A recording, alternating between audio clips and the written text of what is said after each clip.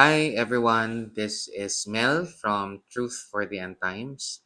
And for our topic today, the title is The Common Misconceptions About God. This is our podcast, which is all about. Paano ba natin nakikilala ang Panginoon?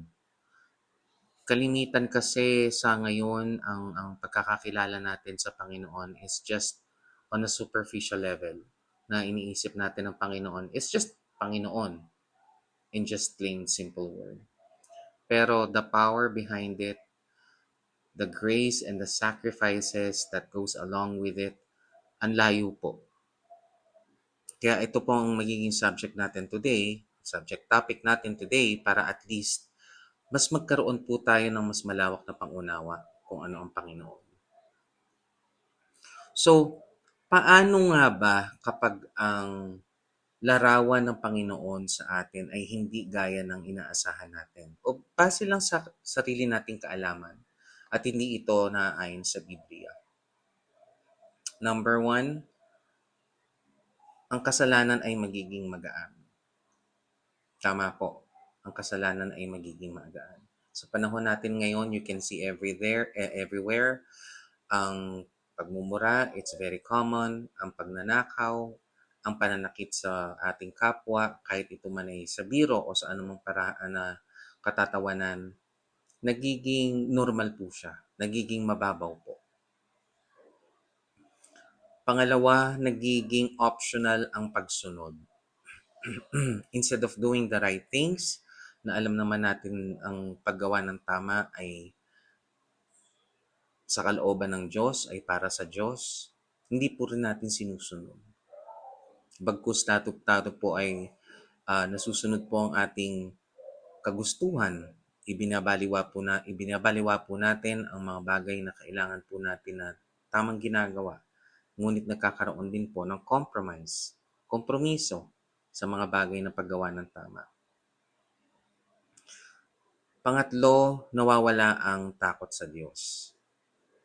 Natural, syempre, sa mga nabanggit ko na dalawa kanina. Pag nawala na ang takot sa Diyos, nagiging ang impression natin sa kasalanan, halos wala na eh. Wala na siyang gravity. Yung intensity of sin is no longer present. And at the same time, yung pagsunod natin sa kautusan ng Panginoon at pagsunod sa kanyang kalooban is considered optional na rin. Kasi we don't take God seriously.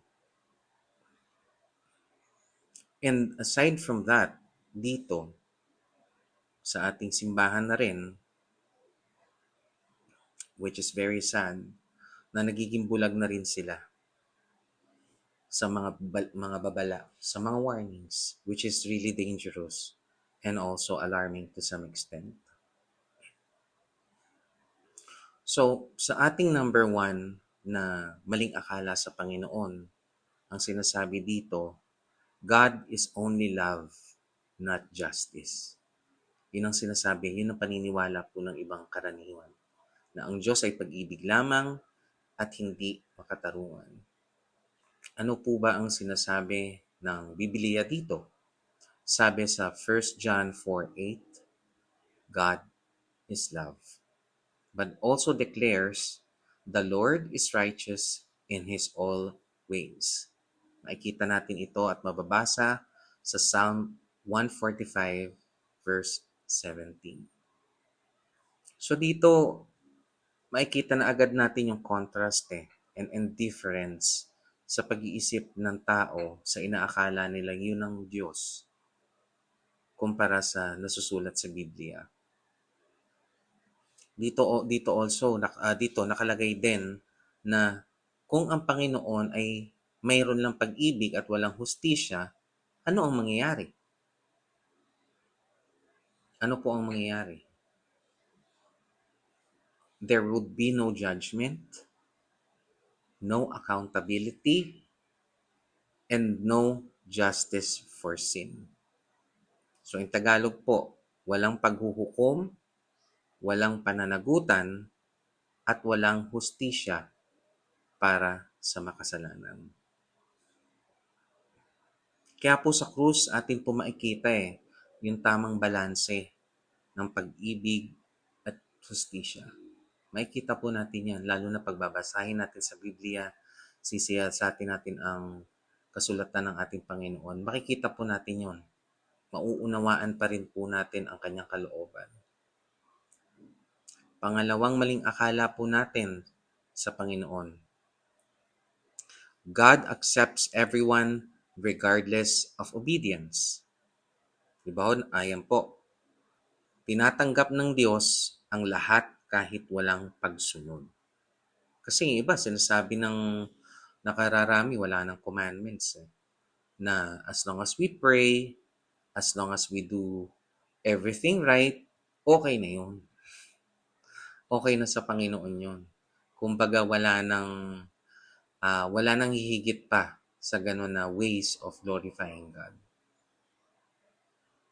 Which is mali din naman po, contrary again to what is written here in the Bible. Ano po yung explanation? God loves all, but He does not remove the call to obedience. Mababasa po sa John 14:15. If you love me, keep my commandments. Isa pa pong punto. 1 Peter chapter 1 verse 16. Be holy, for I am holy. So, ayun po nakikita po natin righteous po talaga yung Panginoon, and at the same time, He encouraged obedience ng pagsunod. Diba? Kaya ito ay napakahalaga.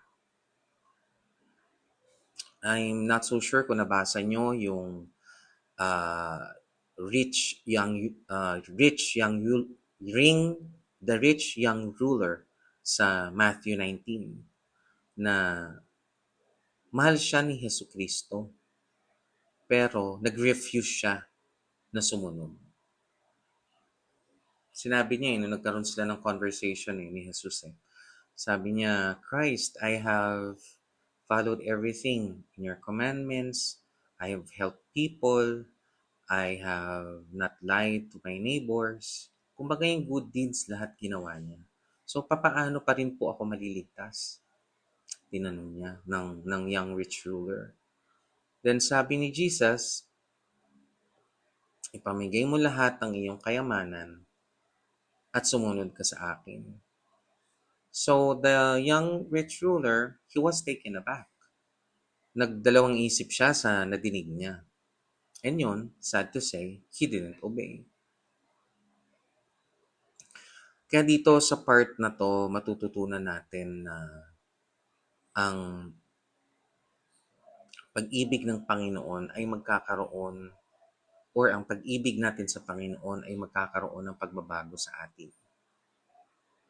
Internally, then eventually it will radiate and people will get notice of it, of our changes. Again, God loves invites transformation, not permission to remain in sin. Hindi yung tatanggapin natin yung Panginoon, tapos sa gabi inom tayo ng inom. O kaya, kumbaga, merong subtle changes There's sa iba may drastic improvement, impromptu, biglaan talaga yung pagbabago. May iba may gradual improvement as they go along. Pangatlo, God never punishes. Yun yung iniisip ng iba at yung mga pag-aakala ng iba na hindi nagpaparusa ang Panginoon. Ano po ba ang masasabi dito sa ating Biblia? Alam niyo mga kapatid, ito ang isa sa mga pinakapanganib na kasinungalingan na ang Diyos ay hindi nagpaparusa. Sabi dito sa Hebrews 12:6, for whom the Lord loves, He chastens. And also sa Romans 6:23, ang sinasabi dito, for the wages of sins is death. Tagalugin po natin yan dito. Sa Hebreo 12:6, sapagkat ang Panginoon ay nagpaparusa sa kanyang iniibig. Hebreo 12:6. Ang kabayaran ng kasalanan ay kamatayan. Roma 6:23. So, isipin po natin hindi malupit ang Diyos. Okay?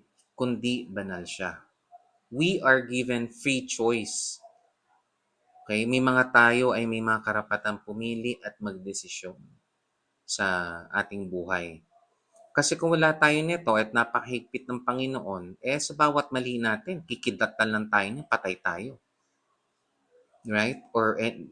Or kung halimbawa lumabas lang tayo, madulas tayo dyan, mapagok ang ulo natin tapos na kaagad. Pero hindi kasi ganun ang Panginoon He's given us free choice, and what comes along that is when you have a free choice, you genuinely love a person. Hindi siya yung tipong pipilitin Hindi siya yung tututukan ka ng barel para mahalin mo yung isang tao o ibigin yung isang tao. It doesn't work that way. Ang Panginoon, piliin man natin siya or hindi, it is what it is Pero as much as possible, mas maganda piliin natin ang Panginoon. Okay? Pag hindi naman natin siya pinili, may ano ba mangyayari? 'Di ba? Hindi naman niya agad para parusahan ka agad yung tao o pahirapan o patayin. He still gives people a lot of chances, marapakarami. All we need to ask is to confess our sins. Yun lang kailangan natin gawin. Confess natin yung mga kasalanan natin. Worship and acknowledge Him as our God and our Creator. And also Jesus Christ as our Savior. Yun, napakadali. Maano lang talaga tayo, matigas lang talaga ang ulo natin when it comes to obedience. Right. Ano pa yung mabibigay din natin dito na halimbawa na nagpaparusa ang Panginoon? Ito, biblical examples to. Lahat nasa Biblia. This is not something that I came up with, mga stories, mga invent at gawa-gawa. Hindi po. Lahat po ng mga sinasabi ko dito ay all truth, factual, lahat po galing sa Biblia. The flood in Noah's time. Naalala po natin yun. Na binaha po ang buong mundo at ang pamilya lang ni Noah na nasa loob ng arko ang naligtas. Pangalawa, Sodom and Gomorrah. Ang Sodom and Gomorrah pinaulanan ng apoy. Natupok ito ng apoy dahil sa kasamaan at malalang kalaswaan na nangyayari sa Sodom and Gomorrah. Pangatlo, the destruction of Jerusalem. So, ang Panginoon, hindi siya pwedeng isipin as puppet or mascot na tipong your wish is my command, gagawin ko kung ano yung gusto mo, i-grant ko kung ano yung gusto nyo. Hindi kasi ganun He is the Almighty Father, Creator of all things here on earth. Hindi siya ganun. And base dito rin sa sinasabi ni Ellen G. White, God's judgments are in the earth, that the inhabitants of the world may learn righteousness. Okay? So, itatagalog po natin yon para mas lalo pa nating maunawaan. Ang mga hatol ng Diyos ay nasa lupa upang matutunan ng mga tao ang katwiran. Mababasa po natin ito sa aklat niyang Prophets and Kings. So, kaya po napakahalaga mga kapatid na magbasa po tayo ng Bible. Alamin natin ang salita ng Diyos, ang mga karanasan ng mga disciples niya during that time, ang mga miracles na ginawa, ang mga bilin, hindi lang sa time na buhay si Kristo, ngunit also as will serve as our preparation sa kanyang pagdating. Ano po yung ikaapat na maling akala tungkol sa Panginoon? God is harsh and unapproachable. Malupit at malayo ang Diyos. Many fear God because He is harsh, but because they do not know Him. Yan. Yun ang akala ng maraming tao din na ang Diyos ay malupit, napakabagsik. Kasi hindi nila kilala ang Diyos. Kaya nga 'di ba, it's very easy to judge someone kung hindi natin kilala or dahil lang again sa pag-aakala. Kaya again, sabi ko dun sa previous podcast ko, marami ang namamatay sa maling akala kasi akala hindi pinag-aralan, hindi pinakinggan na maigi, hindi inalam ang mga facts, basta na lang na naghumusga sa tao. Yun kasi yun yung akala nila eh. Yun yung sa tingin nilang tama eh. Again, which goes back dun sa trusting oneself. Balik ulit tayo doon. Andun ulit tayo sa stage 1, trusting oneself. Again, mali na naman. Okay? And sabi dito, as a father pities his children, so the Lord pities those who fear Him. O, basa natin to sa Psalm 103, verse 13. Yan. Kung paanong ang ama ay nakahabag sa mga anak, gayon ang Panginoon sa may mga takot sa Kanya. Awit 103:13. So makikita natin, just and fair talaga yung Panginoon. Diba? Just and fair siya. Hindi siya yung inaakala natin na halimaw, na nandiyan na all the time na magkakamali tayo, kikidlatan tayo, paparusahan tayo ng hindi maganda. Hindi po ganun. Ngunit naiiba ito sa taong patuloy na gustong nagkakasala. Iba kasi yung taong natitisod sa kasalanan, iba ang taong gusto na ang gumagawa ng kasalanan. Magkaiba po yun. Dahil ang taong natitisod sa kasalanan, sila yung mga taong sumusubok na itama ang kanilang mga daan dahil sa pag-ibig kay Kristo at sinusubukan at tinetempt ng kaaway. Kumpara dun sa isa na talagang lumalangoy na, nagsiswimming na mismo doon. Minamarinate na yung sarili sa kasalanan. Magkaiba po yun, mga kapatid. Okay? Sa Luke 15, kung familiar kayo sa The Prodigal Son, dito, ano nangyari nung nakita siya, nung bumalik siya? Hindi siya itinakwil eh. Niyakap po siya. Ganon po ang Panginoon. Kapag bumalik tayo sa Panginoon, all arms open, ready to accept us. Actually, hindi lang yun eh. The whole heaven and angels rejoice. Isang tao pa lang yun pananunumbalik. Paano manunumbalik? Sa pagsisi sa ating mga kasalanan, sa paglakad at sa paghawak sa katwiran ng Panginoon, sa paglakad ng matuwid. Yun yung mga bagay eh. Mamahalin natin ang Panginoon, we'll build the relationship with Him, kilalanin natin ang Kanyang kalooban. Kasi pag alam natin ang kalooban ng Panginoon, we trust Him, we tried our best to follow His ways, hindi para pabayaan tayo ng Diyos. Si Daniel nga di ba? Yung prophecy, yung during that time na prophet, di ba tinapon sa lions den? Di ba expected nila patay na kinabukasan. Pagdating ng kinabukasan, pagsilip nila buhay pa. Yung mga ibang leon doon nakahiga pa sa tabi niya. Di ba? Ganyan yung pagkakatiwala sa Panginoon. Isa pa dito, yung panglimang misconception natin sa Panginoon. God understands my heart, so obedience is optional.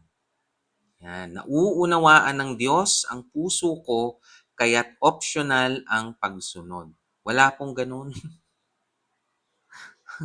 Hindi po totoo yun. Wala pong ganun nagsasabi. Alam niyo po ba ang sinabi ng Panginoon sa Biblia dito?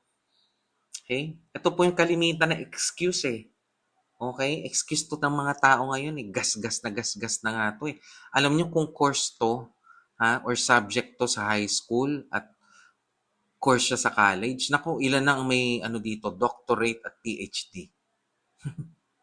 dito. Ano ang sabi ng Biblia? Why do you call me Lord, Lord, and not do the things which I say?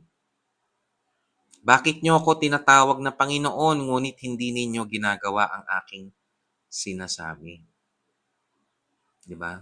Ito, makikita natin siya sa Luke 6:46, Lucas 6:46. Di ba, maliwanag naman dito na alagay. At tawag tayo, Lord, our Father in heaven, hallowed be thy name, thy kingdom come, thy will be done. Ba't hindi tayo sumusunod? Di ba? Ayun, alam nga ng Diyos, sinulat dito eh. Kaya ang Biblia, naaangkop yan sa lahat ng panahon. Kahit noon, 10 years ago, a few decades ago, until now, present. Kasi nga may foreknowledge ang Panginoon. Ibig sabihin, nakikita niya ang future. Kaya lahat ng mga sinulat dito sa Biblia, naaangkop to sa lahat ng panahon. Ano pa ang sinasabi dito? God knows the heart. Alam ng Panginoon ang nasa puso natin. Kaya nga ang Panginoon sa puso tumitingin, hindi sa outward appearance eh. Kasi from the heart, dun masasabi talaga ang katotohanan, dun nababasa talaga ng Panginoon ang mga desires sa loob ng puso natin.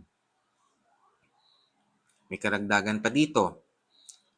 God knows the heart, but He tests the heart through obedience.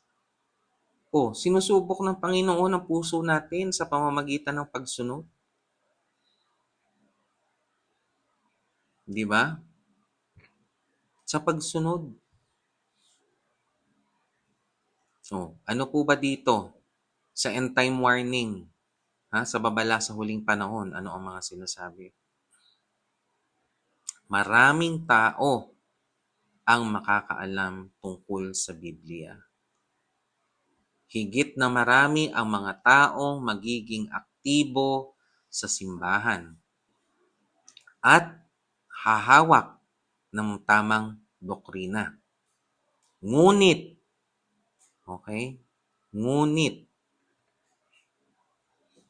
anong nawawala? Kulang sa pagsuko. Surrendering ourselves to Christ. Our mind, our heart, and our soul. Isusurrender natin lahat yan. Yun po ang ating kailangang gawin.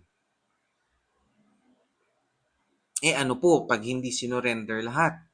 Papaano po pag hindi naman natin isinurrender lahat sa Panginoon? May sinasabi din po dito sa Biblia. Having a form of godliness but denying its power.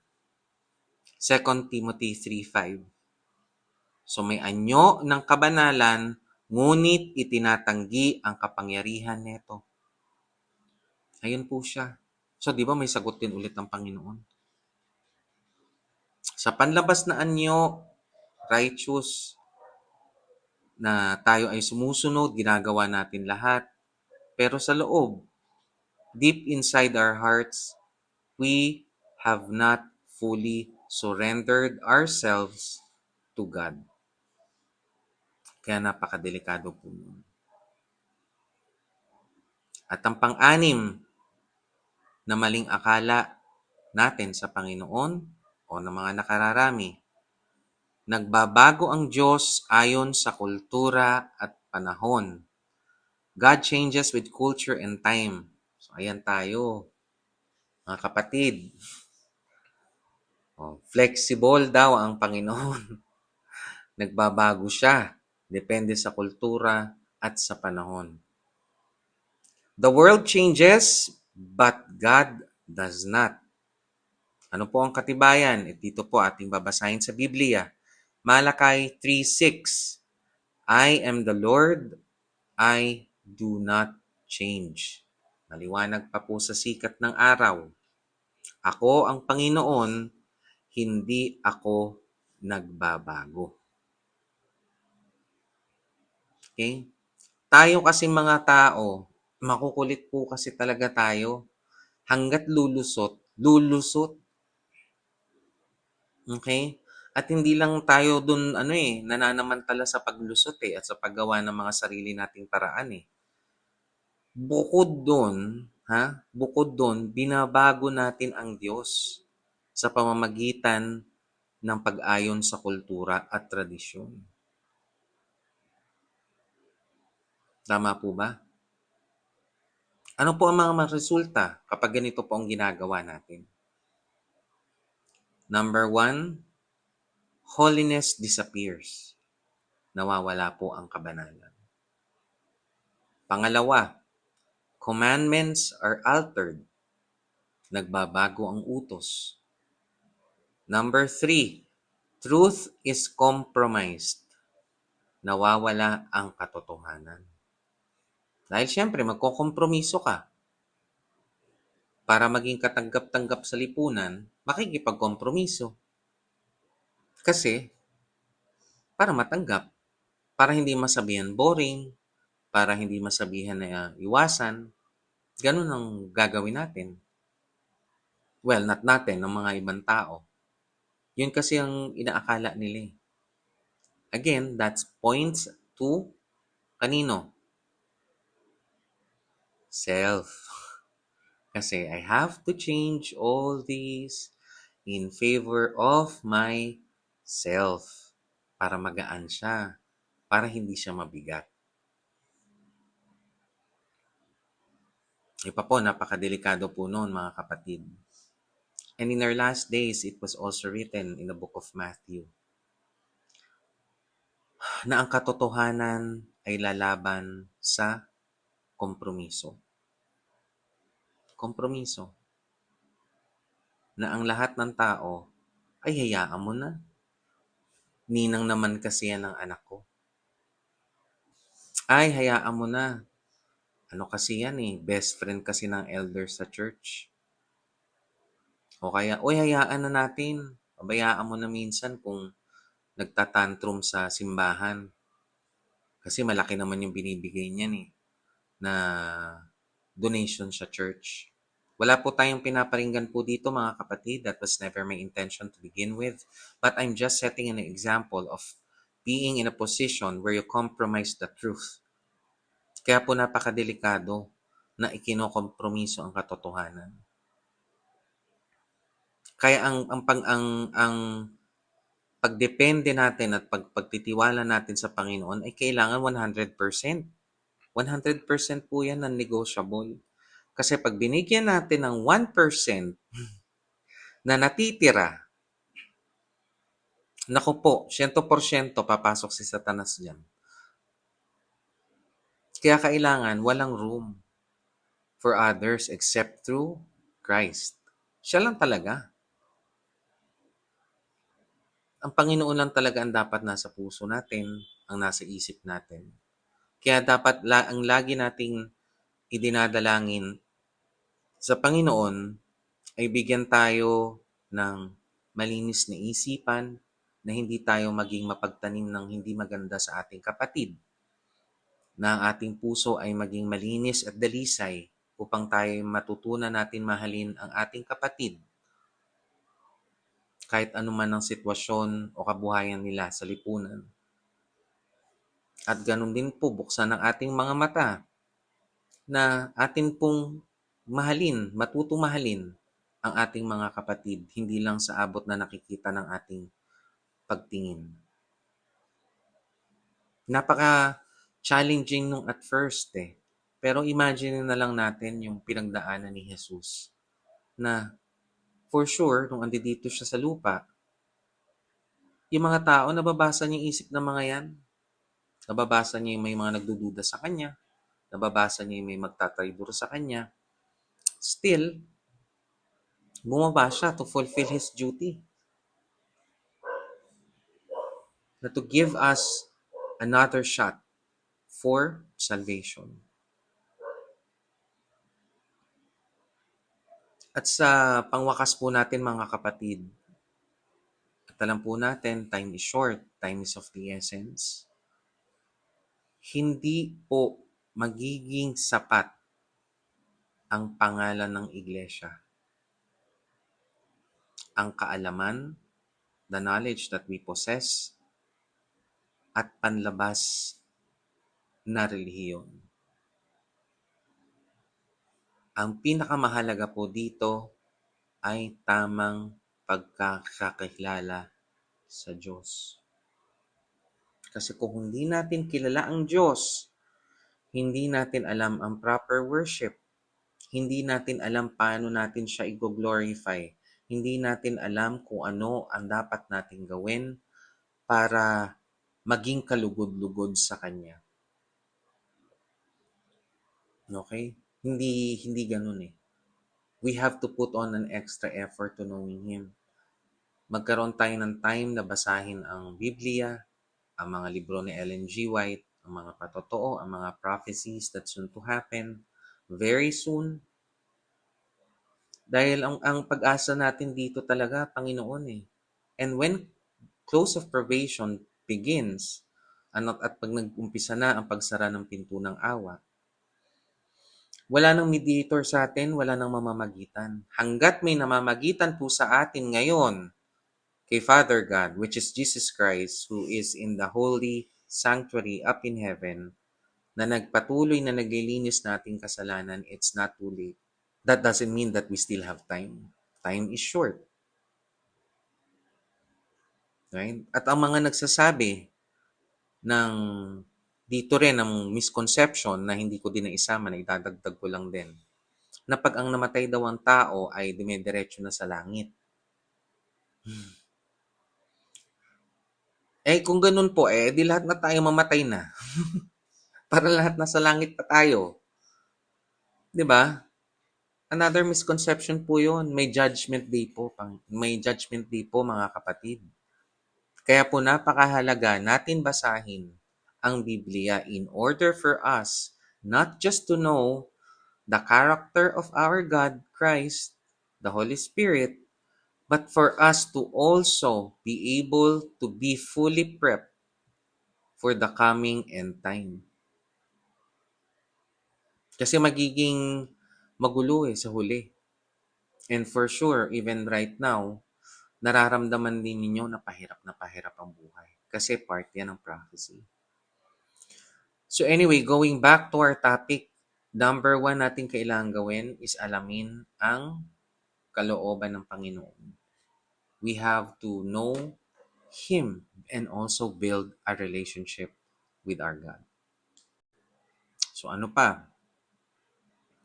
Kailangan din natin na we have to make time for God sa pang-araw-araw. Hindi lang sa may kailangan tayo sa Kanya and all that. Kasi, gaya nga ng sabi ko sa mga previous podcasts ko, ang Panginoon, holy, most high yan eh. Creator of all things, living thing or non-living things. At ang mga atheist na yan, yung mga taong hindi naniniwala sa Diyos, during their death hour, while they are in their deathbed, magdadasal pa rin yan. Lalapit pa rin sa Panginoon yan upang humingi ng kapatawaran. Tayo mga kapatid, let's push ourselves na talagang mahalin natin ang Panginoon, alamin natin ang kalooban niya. Let's listen to the whispers of the Holy Spirit sa atin. I-share natin ang mga natututunan natin, nakabutihan, kung ano yung nalalaman natin tungkol sa Panginoon, ibahagi po natin ito. Kaya ito pong podcast natin for today about sa mga maling pag-aakala sa Panginoon. Napakahalaga po nito. Dahil dito po, magkakaroon po tayo ng kahit papaanong mas malawak na pangunawa sa character ng ating Panginoon. Right? And at the same time, pag nalaman natin yung character ng Panginoon, we will endeavor and do our best in order to please Him, to glorify Him, na tayo ay maging karapat-dapat sa paglapit sa Kanya. Kasi makasalanan tayo pero tinubos tayo ni Jesus Christ. Huwag po natin pagsamantalahan o abusuhin ang privilege natin sa paghingi ng tawad.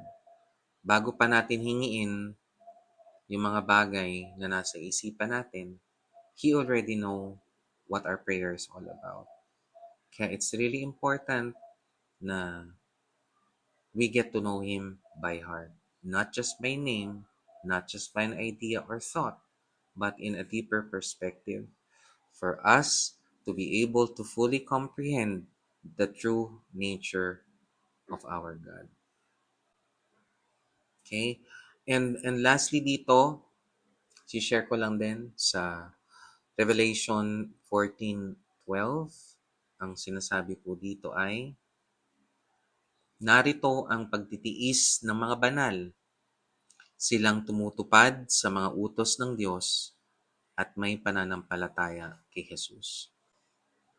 Well, actually, this one describes the true Church of Christ, but we'll get to that on a different podcast. So maraming salamat po sa pakikinig ninyo, mga kapatid, whether you are in the same faith or not. I hope and I pray that this video was provided you with some even better insights of or cleared your thoughts or doubts about your misconceptions about God. Kasi it's unfair din eh. Kung tayo nga nagkakaroon tayo, sumasama pakiramdam natin kapag may ibang impression yung tao sa atin tapos hindi naman tayo ganun. Paano ba yung Panginoon? Di ba po mga kapatid? So again, ayun po, maraming salamat po sa pakikinig sa inyong lahat. And I really appreciate the time that you have spent on watching this video from the beginning to end.